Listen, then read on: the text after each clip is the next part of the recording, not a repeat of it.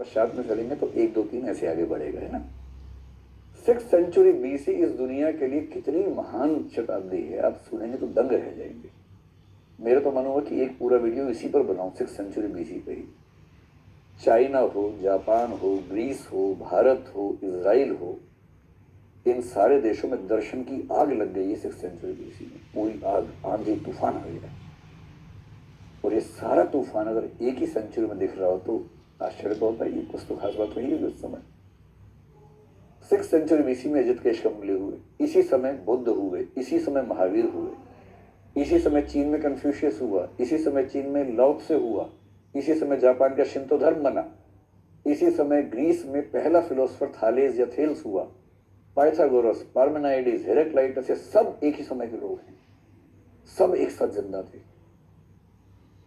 ठीक इस सेंचुरी में जो आज का इजराइल है, वहां हजरत मूसा या मोसेस जिनको बोलते हैं, उनकी मृत्यु 1300 बीसी में हो चुकी थी। पर उनके जो ज्ञान की बातें थी उनको 5 पुस्तकों के रूप में, जिसको हम तोराह कहते हैं, संकलन किया गया। वो भी 6ठी शताब्दी ईसा पूर्व के आसपास की बात है। आज के ईसाई भी जिसको ओल्ड टेस्टामेंट कहते हैं, उसमें उसका महत्व है। और यहूदियों में तो है ही, 24 में से 5 किताबें हजरत मूसा की लिखी हुई है। वो सभी सब कुछ 6ठी शताब्दी ईसा पूर्व में हो रहा है। ऐसी क्रांति हुई है उस दौर में। उसी क्रांति में अजित केशकमली नाम का व्यक्ति भी हुआ। अब 6th सेंचुरी बीसी में जो कहा गया, लिखा गया, और ये ध्यान रखना है, चारवाक लोग 6ठी शताब्दी ईसा पूर्व पहली बार नहीं हुए हैं।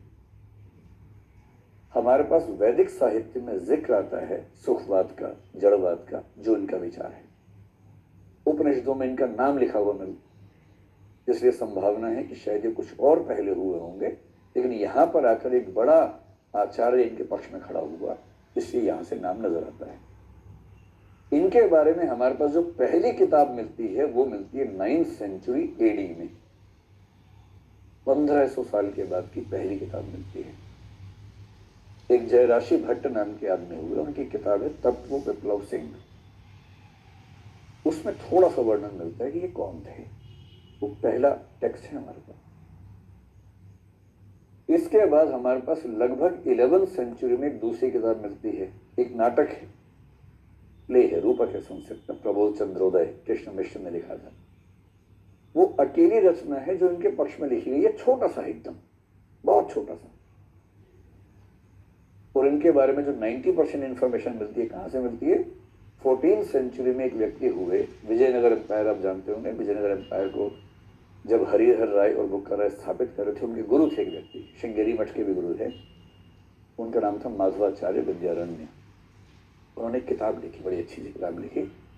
उस किताब का नाम था सर्वदर्शन संग्रह। भारत के सभी दर्शनों के बारे में विस्तार से लिखा। चारवाकों के बारे में जितने सूत्र हमें मिलते हैं मुख्य रूप से उसी किताब से मिलते हैं। लेकिन उसमें क्या लिखा हुआ है, उन्होंने कहां से ढूंढा, चारवाकों ने क्या कहा, हमें नहीं पता। चारवाकों की आलोचना करने के लिए बाकी दार्शनिकों ने जो लिखा, उसमें उनके बारे में जिक्र किया, वहां से पता लगता है कि वो क्या बोलते थे। जैसे मान लीजिए बौद्ध लोग चारवाकों की आलोचना कर रहे हैं, कह रहे चारवाक ये कहता है जबकि सही बात ये है। अद्वैत वेदांत कह रहे हैं कि चारवाक तो मूर्ख लोग ये कहते हैं, इतना भी नहीं समझते हैं, सच तो ये है। जहां जहां उनका क्रिटिसिज्म है वहां से पता लगता है कि वो क्या बोलते थे। और ये हमेशा ध्यान रखना है, जब हम किसी को क्रिटिसाइज करते हैं तो हम कई बार बहुत ऑनेस्ट नहीं हो पाते। हम उसकी बात को उसके मंतव्य के साथ एग्जैक्टली नहीं लेके आते, हम उसकी बात का कुछ हिस्सा गायब कर देते हैं। हम भी ऐसा करते हैं, उस समय के लोग भी करते होंगे। ऐसा थोड़ा एकदम भगवान के अब दानव लोग रहते हैं, हम भी तो पढ़े लिखे समझदार लोग हैं भाई, तो उस समय भी ऐसे लोग थे। जब हमें किसी की आलोचना करनी होती है, हम उसका पर्सपेक्टिव कभी नहीं लेके आते हैं। कहा जाता है कि हर व्यक्ति दूसरों के मामले में जज और अपने मामले में वकील होता है। अपने वकील बन के घूमता है हर आदमी, और दूसरों के मामले में तुरंत जज बन जाता है कि ये तो है ही गंदा, ये तो है ही ऐसा। तो जब आप किसी के क्रिटिसिज्म से किसी को समझेंगे, ऐसा आपके जीवन में भी होता होगा ना, कि एक्स नाम का आदमी आप नहीं जानते, वाई को आप जानते हो, वाई ने बताया यार बड़ा घटिया इंसान, उससे मिलना मत कभी।